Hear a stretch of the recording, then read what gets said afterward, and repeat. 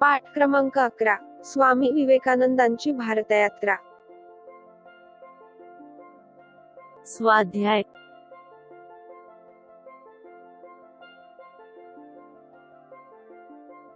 प्रश्न 1. चौकटी पूर्ण करा. खेत्रीच्या महाराजांना स्वामीजींनी दिलेल्या उत्तराची वैशिष्ट्ये. तर्कशुद्ध, तर्कसंगत.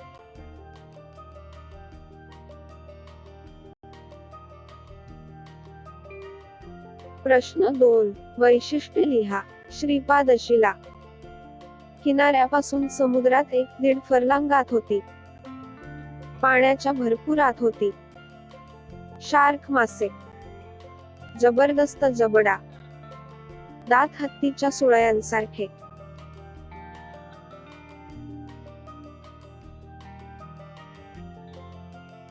प्रश्न 3. हे केव्हा घडेल ते लिहा. परिच्छेद वाचल्यानंतर तो लक्षात राहील. मन, बुद्धी व डोळे यांची शक्ती विकसित केल्यावर. माणसाची अंतःस्थ चेतना फुलेल. विरोध व प्रतिकूलता जास्त असल्यावर.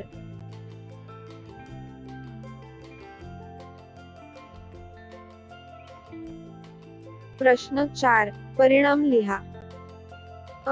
स्वामीजींनी ग्रंथपालाला आव्हान दिले.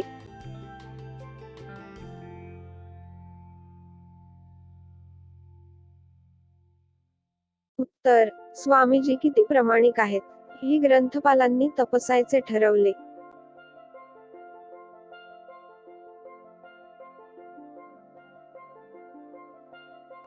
नावाड्यांनी पैशाशिवाय स्वामीजींना नावेतून न्यायचे नाकारले.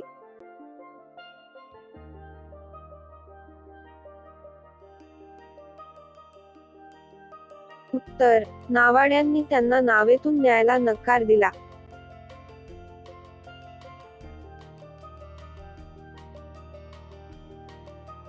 प्रश्न 5. तुमचे मत लिहा. ग्रंथपालाने स्वामीजींच्या शिष्याजवळ त्यांच्या ग्रंथवाचनाबद्दल व्यक्त केलेले मत.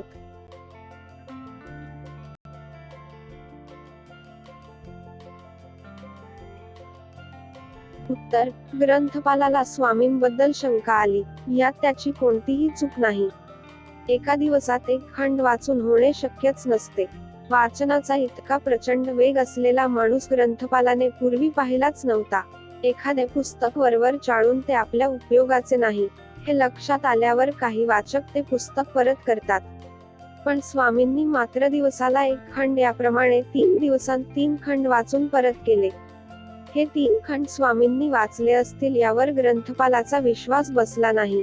काही वाचक आपल्याला वाचनवेड आहे असा आभास निर्माण करतात आणि छाप पाडायचा प्रयत्न करतात. बरेचसे साधू लोकांच्या धार्मिक भावनांचा दुरुपयोग करतात. या मार्गाने पैसे कमावण्याचा प्रयत्न करतात. ग्रंथपालाला कदाचित अशी शंका आली सुद्धा असेल.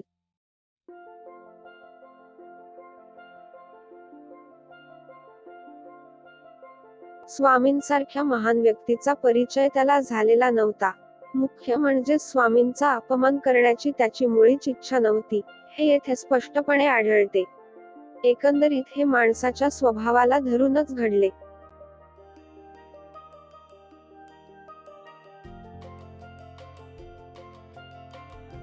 पैसे घेतल्याशिवाय स्वामीजींना श्रीपादशिलेवर न नेणाऱ्या नावाड्यांबाबत तुमचे मत लिहा.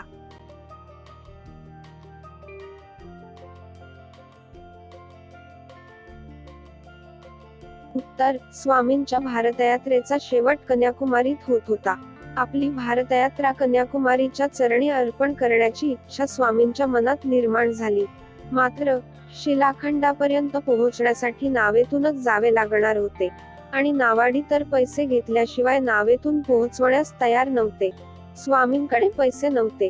कोणालाही असे वाटेल की स्वामींकडे पाहून नावाड्यांनी पैसे न घेता स्वामींना पोहोचवायला हवे होते. परंतु नावाडी स्वामींचे मोठेपण ओळखत नव्हते. तसेच माणसांना पैसे घेऊन नावेतून इच्छित स्थळी पोहोचवणे हा त्या नावाड्यांचा पोटापाण्याचा व्यवसाय होता. त्यामुळे नावाड्यांनी नकार दिला. शिवाय त्या गरीब नावाड्यांचे उत्पन्न ते काय असणार तसेच स्वामींचे मोठेपण दिसून आल्यावर त्यांना पश्चात्तापही झाला. यामुळे नावाड्यांनी नकार दिला, यात मला कोणतीही चूक दिसत नाही.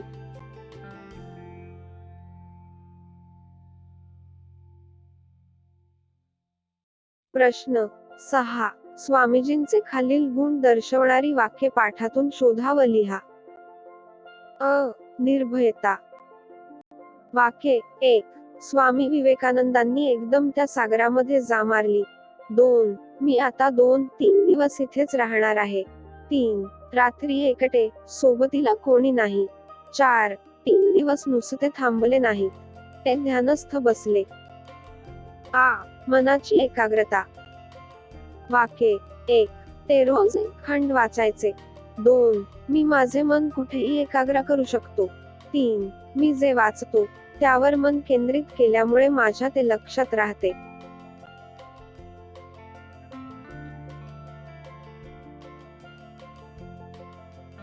प्रश्न 6.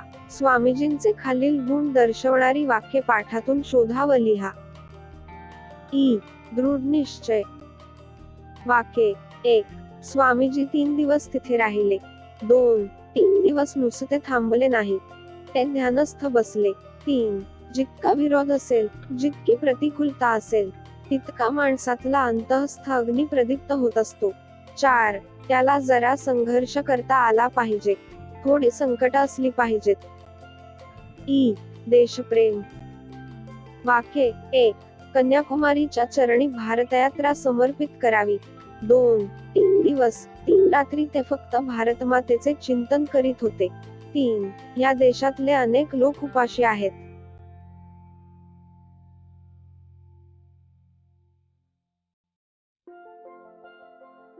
वाचन प्रेम. वाक्य 1. इंग्रजी ग्रंथांचे खंडच्या खंड वाचत असत. 2. ते रोज एक खंड वाचायचे. 3. त्यांनी 3 दिवसांत एक खंड वाचून परत केले.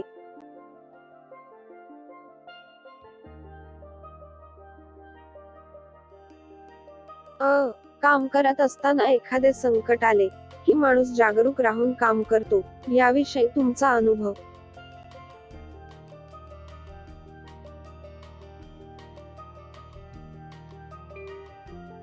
उत्तर. त्या दिवशी रिक्षा टॅक्सीवाल्यांचा संप होता. माझी शाळा बुडू दे नको असे मनात घोकत घोकतच शाळेत चाललो होते. सगळ्या बसगाड्या तुडुंब भरून चालल्या होत्या. बस थांब्यांवर अलोट गर्दी होती. वाटेत 2 मित्र भेटले. आज शाळेला दांडी मारण्याची संधी या आनंदात ते अर्ध्या वाटेवरूनच घरी परत चालले होते. मला मात्र काहीही करून शाळेत जायचेच होते. आज इंग्रजीच्या तासाला सर आमचे प्रत्यक्ष इंग्रजी संभाषण घेणार होते. त्यांनी आम्हाला विषय वाटून दिले होते. माझा मित्र शंतनू आणि मी आम्ही छान तयारी केली होती. या वर्षी मी तर इंग्रजीत उत्तम रीतीने बोलण्याची प्रतिज्ञाच केली होती. बस मिळण्याची खात्री नसल्यामुळे मी चालतच निघालो. वाटेत सिग्नल जवळ बस थांबली होती. लोक बसला लोंबकळत होते. मी कसाबसा आत घुसलो. एका काकांनी मला आधार दिला, पण बसमध्ये मी घुसमटू लागलो. मला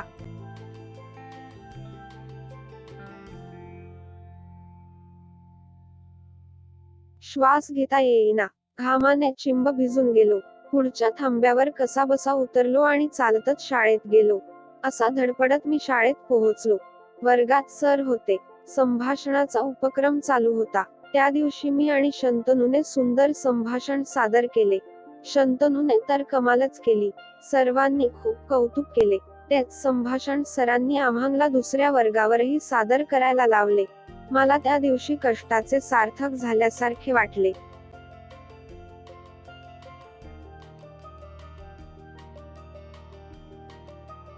प्रश्न 8.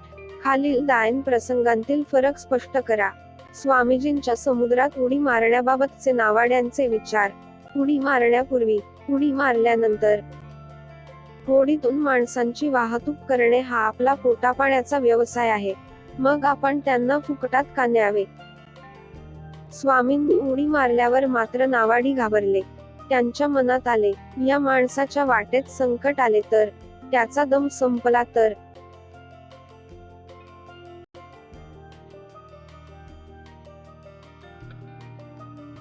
निर्भय पासून निर्भयता हे भाववाचक नाम तयार होते.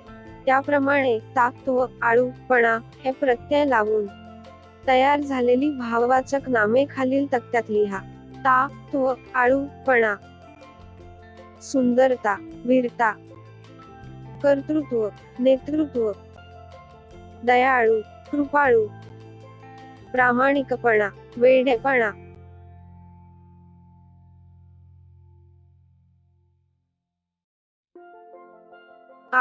खालील वाक्यांतील अधोरेखित शब्दांचे विरुद्धार्थी शब्द लिहून अर्थ न बदलता वाक्य पूर्ण करा. सर्वांनी बेसावध राहून काम करू नये. उत्तर, सर्वांनी सावध राहून काम करावे. गाडी वेगाने चालवू नये. उत्तर, गाडी हळू चालवावी.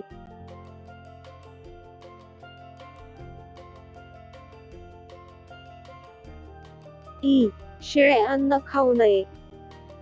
उत्तर, ताजे अन्न खावे. कोणीही कार्यक्रमास अनुपस्थित राहू नये. उत्तर, सर्वांनी कार्यक्रमास उपस्थित राहावे. जॉन अप्रामाणिक मुलगा नाही. उत्तर, जॉन प्रामाणिक मुलगा आहे.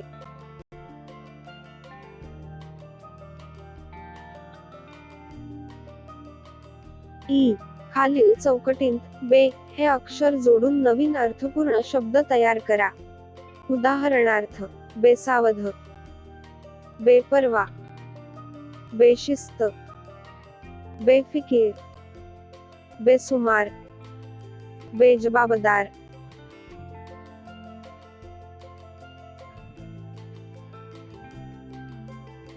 खालील शब्दांचे संधी विग्रह करून किंवा संधी करून तक्ता पूर्ण करा. संधी, संधी विग्रह. अधोमुख, अधमुख. दुर्दैव, दुदैव. मनोबल, मनःबल. दुष्कीर्ती, दुःकीर्ती. बहिष्कृत, बहिष्कृत.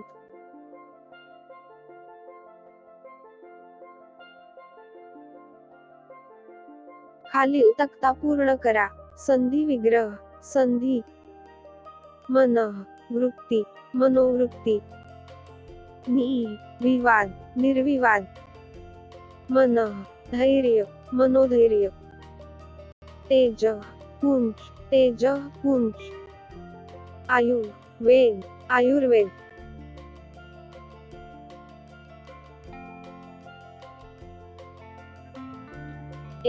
पुस्तकांची वैशिष्ट्ये कोणती?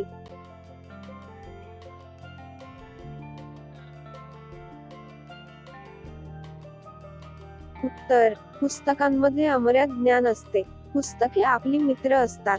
मन व बुद्धी यांच्या भरणपोषणासाठी आवश्यक तत्वे केवळ पुस्तके देतात. पुस्तके व्यक्तिमत्व घडण्यास मदत करतात.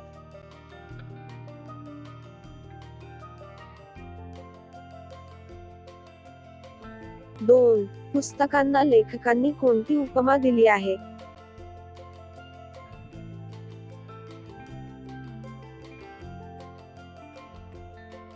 उत्तर, पुस्तकांना लेखकांनी आयुष्याला संपन्न आणि श्रीमंत करणारे ज्ञान भांडार अशी उपमा दिली आहे.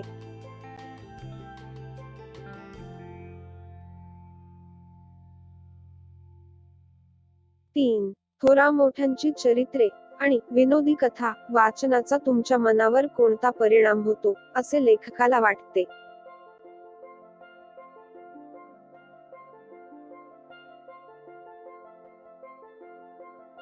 उत्तर, थोरा मोठ्यांची चरित्रे वाचताना प्रतिकूल परिस्थिती आणि थोरा मोठ्यांचे कार्य अंतर्मुख बनवते. विनोदी कथा वाचताना भन्नाट व गंमतीदार लोकांच्या विश्वात आपण हरवून जातो.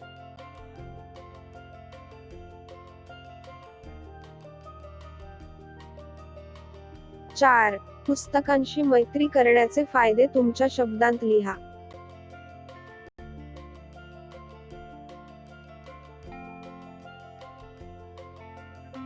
उत्तर, आपल्याला ज्ञान मिळते. पुस्तके वाचल्याने अनेक लोकांचे जीवन आपल्याला अनुभवता येतात. प्रतिकूल परिस्थितीमध्ये आपण कसे वागावे याचे ज्ञान मिळते.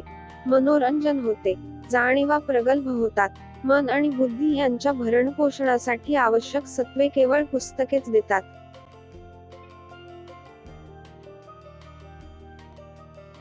धन्यवाद. चॅनेलला सबस्क्राईब करायला व बेल आयकॉनला प्रेस करायला विसरू नका.